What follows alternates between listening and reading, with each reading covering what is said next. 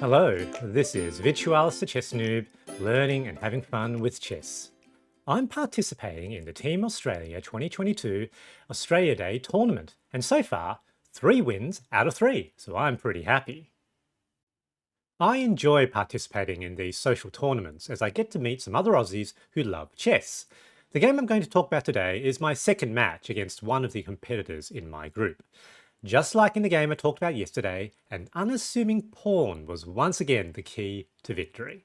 Please enjoy! Alright, let's start off with the review. So in this game, I played quite well, almost 90% accuracy, my opponent around 72%, and sort of led a sort of good lead from the beginning towards the end. I think I played reasonably well, and my opponent, a very nice fellow, played quite well as well. So quite a number of good moves, but did make some more inaccuracies. So let's have a quick look at this game in the analysis. So in this game with my opponent, I played with the black pieces and he had white. He led with d4, the queen's pawn. I played d5. He then plays e3. So it's a Stonewall Attack, apparently, and I'm not familiar with this opening really at all. So I play a knight f6. They play bishop d3, so still all theory, and looks like there's a potential attack here. So need to develop that knight first. So knight c6, and now my opponent, like in the last game, constructs this little pyramid of pawns, but rather than having the knight inside the pyramid, he has a bishop, so potentially, I suppose, controlling these diagonals. And so geometrically, it looks quite nice. It's a very beautiful setup. Unfortunately, I think it's possibly not the best opening, as you can see, minus 0.5, so slightly in favor for black at this point already. So I play e5. So with there only being one, only being sort of one defender, effectively, one attacker to the e5 square, that now allows me to control that center. Opponent plays f4, so pushing forward a pawn to attack my e5 pawn. Now, this is potentially problematic, I think, because it does weaken the king's side defense. So there's no longer a pawn defending along those dark squares. And the other issue with this pyramidal sort of setup is that that's all boxed in potentially. That's all potentially boxed in. So it does become a bit of a problem.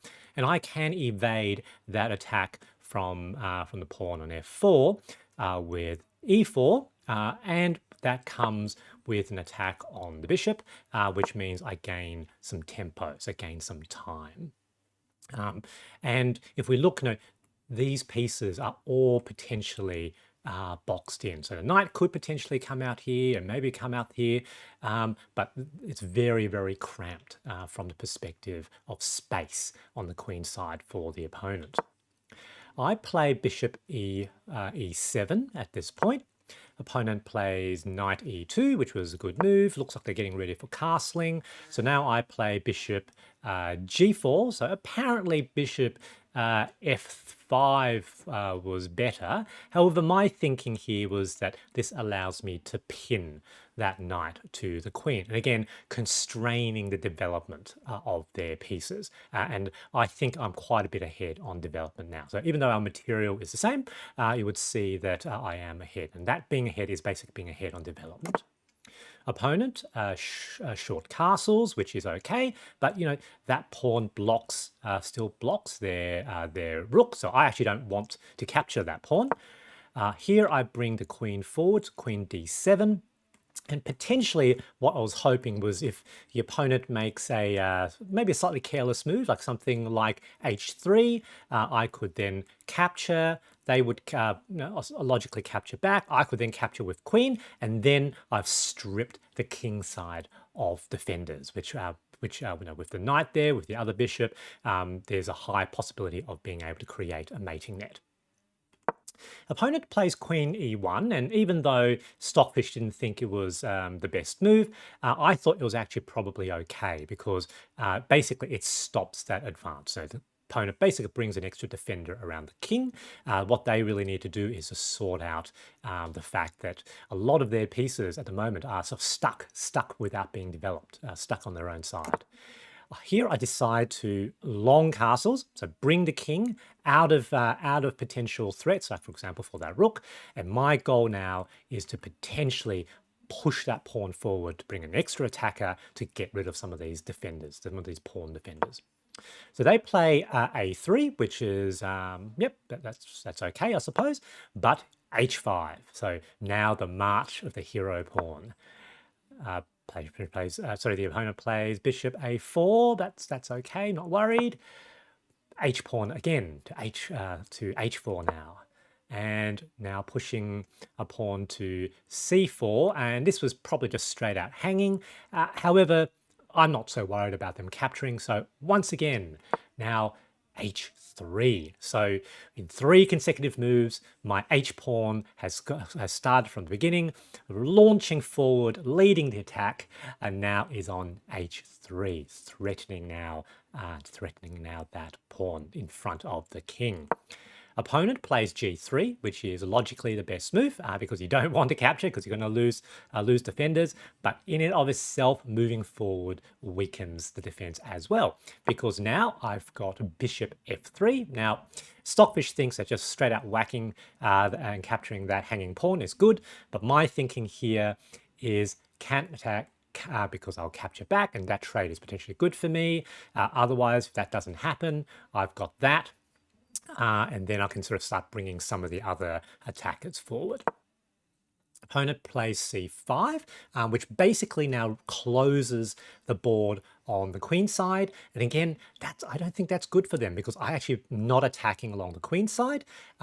They could potentially bring some pressure to bear, I suppose, on the queen side, but I'm not sure they have enough time, especially given that they probably need some of these pieces to defend their king. Here we go. Bishop g2.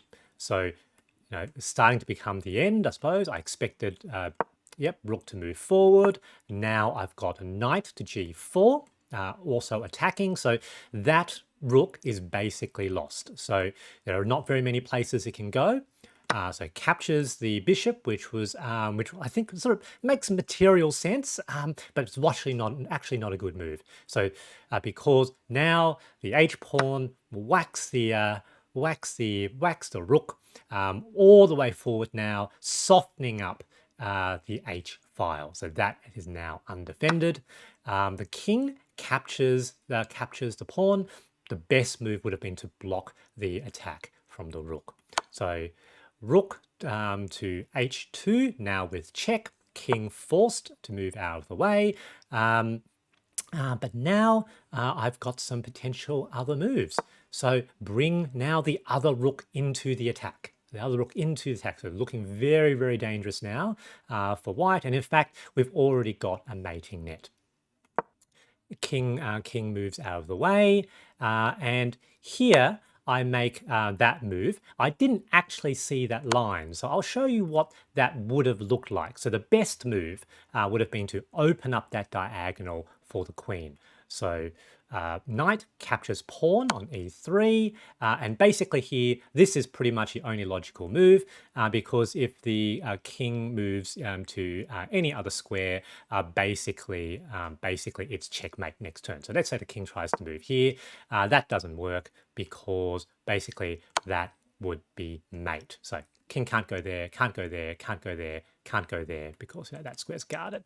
So in this position, the opponent has to capture with bishop, but then we have queen to h3 with check, king now forced to move to g1, and then that's checkmate. So that would have been the smoothest way to checkmate. However, I didn't quite see that. I didn't quite see that very nice line. So in fact, I played rook f2 with check, and that is a potential mistake because the opponent here can actually get out of checkmate, but the only way they can get out of checkmate is by sacrificing the queen. And people often have difficulty sacrificing their queen. So they move their king out of the way. I now bring the other rook down. So rook h2. The opponent finally now develops their other knight. You will notice these pieces have not moved in this whole game. However, it is too late because now I've got rook hd2, so moving that rook across, forcing the king over. Here I move the queen, and basically this will be checkmate. And this is basically unavoidable now. Again, with the only exception that the opponent could sacrifice, could try to potentially sacrifice their queen, which I think they'll have to go here actually. So here, checkmate. So good game. So this was a sort of nice, smooth game for me, but the opponent played well as well. So GG. This game demonstrated some general strategies and approaches. Firstly, be careful with using an opening where you block the movement and development of your pieces. In this game, my opponent's queenside pieces, bishop, knight and rook, didn't participate in the game, meaning that their influence was not felt. Secondly, opposite side castling can sometimes be advantageous, as it can be easier to launch attackers at the opponent's king, especially pawns. In this instance, the h-pawn was the hero, advancing valiantly into battle and smashing the king's defences.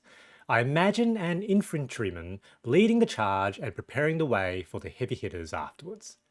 I hope you enjoyed this video, and thanks for watching.